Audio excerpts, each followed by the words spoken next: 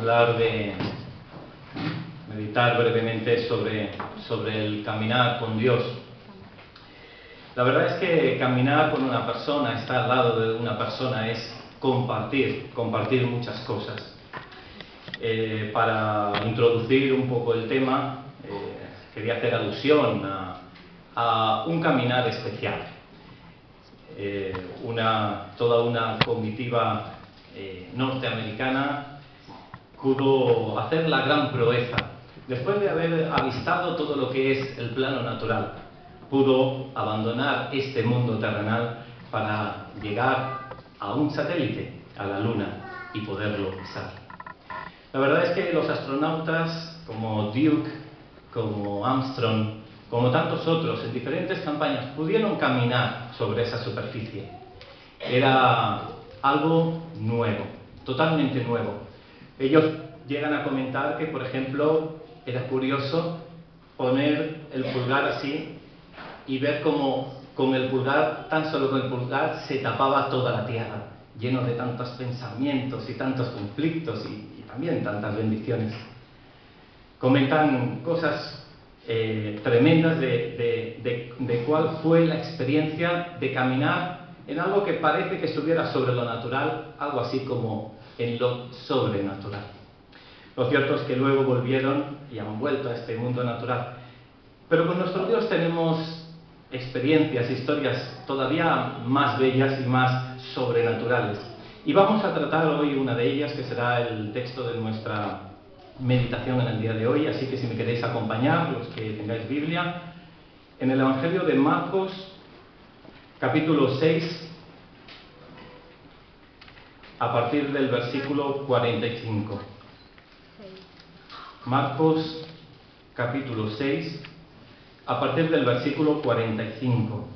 Es cierto que hay tres paralelos, en total, junto con Mateo 14 y Juan 6, se explica esta historia, pero bueno, haremos alusión en los aspectos que más veamos relevantes en este sentido. Pues si tenemos la lectura, la leemos. Dice así: enseguida hizo a sus discípulos entrar en la barca e ir delante de él a Betsaida en la otra ribera, entre tanto que él despedía a la multitud. Y después que los hubo despedido, se fue al monte a orar. Y al venir la noche, la barca estaba en medio del mar y él solo en tierra. Y viéndolo remar con gran fatiga, porque el viento les era contrario, cerca de la cuarta vigilia de la noche, vino a ellos andando sobre el mar y quería adelantárseles. Viéndole ellos andar sobre el mar, pensaron que era un fantasma y gritaron, porque todos le veían y se turbaron. Pero enseguida habló con ellos y les dijo: tened ánimo, yo soy, no temáis. Y subió a ellos en la barca y se calmó el viento, y ellos se asombraron en gran manera y se maravillaron, porque aún no habían entendido lo de los panes, por cuanto estaban endurecidos sus corazones. Amén. Amén. Vamos a mirar brevemente cuál es la relación de los hechos para introducirnos en el tema. Y primeramente lo que encontramos es un alejamiento de los discípulos del mismo Jesús. Así lo dice al comenzar el texto, dice: enseguida hizo a sus discípulos entrar en la barca e ir delante de él a Betsaida. Curiosamente, en el Evangelio de Juan no se menciona Betsaida, sino Capernaum. ¿Y por qué esta diferencia de nombres? En primer lugar, ¿a dónde los envía Jesús? Los envía con insistencia, los envía para que se adelanten, quizás para probarles, para ver que muy lejos de él no pueden ir, estando firmes y seguros. Es cierto lo que encontramos sin duda en el Evangelio de Juan, y unas palabras que tenemos que recordar siempre en Juan 15:5, que nos dice: yo soy la vid, vosotros los pámpanos, el que permanece en mí y yo en él, este lleva mucho fruto, porque separados de mí nada podéis hacer. Primeramente, Dios nos puede enviar, pero siempre con la autoridad de Dios. Esto me recuerda a una conversación con un padre que tenía un niño pequeño. Dice: normalmente los padres dicen a sus hijos: corred, jugad, pero siempre estad en el área donde yo os pueda ver. Claro, esto es muy subjetivo, porque el niño puede ir andando, corriendo y pensar que el padre todavía alcanza a verlo, pero puede que tras una ensenada o cualquier relieve un poquito abrupto, pues el niño no se vea. Entonces, este padre decía, yo cambio un poquito esta frase y le digo, siempre juega donde tú me puedas ver. Aquí está la diferencia. No debemos caminar casi libertinamente diciendo, bueno, es que el Señor lo controla todo y no importa dónde yo me meta, sino es mucho más sabio pensar, voy a caminar viendo a Jesús, porque si vemos a Jesús, nuestro pie no resbala.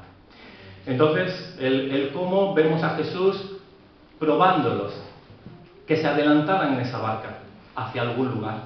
El lugar, como avanzábamos, estábamos hablando de Betsaida en Mateo y también de Capernaum. Incluso se dice en Marcos, en la otra orilla. ¿Por qué estos nombres? Betsaida significa casa de pescado. Está hablando de alguna manera, nos hace reflexionar. Ve a la otra ribera donde vas a encontrar provisión material, donde vas a tener todo aquello que te satisface. La mayoría o algunos de ellos eran pescadores. La comida está servida. En cambio, cuando dice el texto de Juan, ves a Capernaum, id a Capernaum. Capernaum significa aldea de consolación. Y les está proponiendo de alguna manera otro enfoque. Les está diciendo, id a un lugar donde el corazón se consuele, donde estéis tranquilos, donde vuestro alma quede quieta.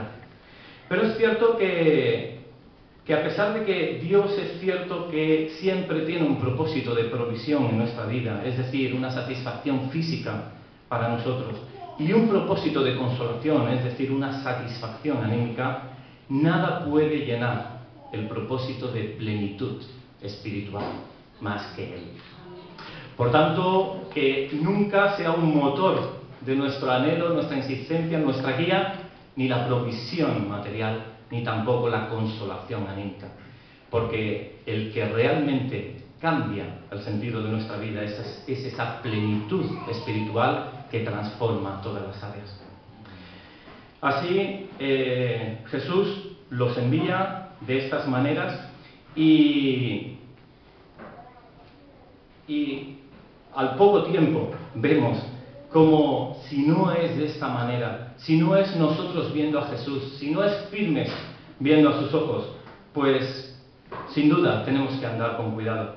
Y así lo vemos, Dios nos llama a ser en alguna manera autónomos, pero dependientes de Dios, con su autoridad, pero siempre con su guía. Nuestro Dios es el único Padre, el cual nos llama a cada vez vivir más con Él. Es curioso porque normalmente los padres quieren que sus hijos vayan creciendo para que un día se emancipen.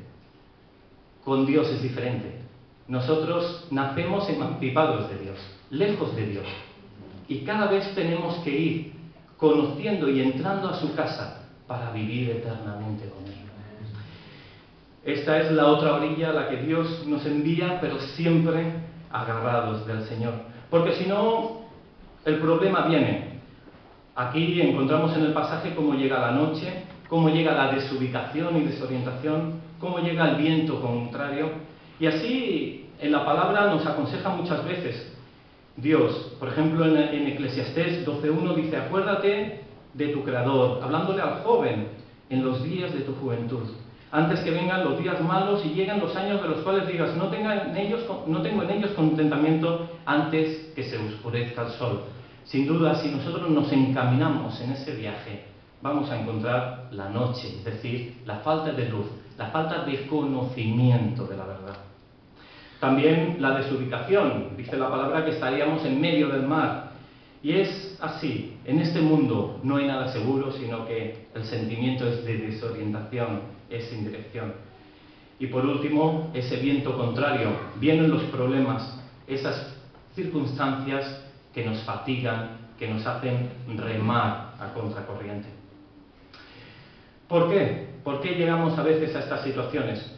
Es verdad que a veces vienen a nuestra vida aflicciones, y puede ser por simple rebeldía, por distanciarnos de Dios con coraje, porque queremos hacer nuestro propio camino.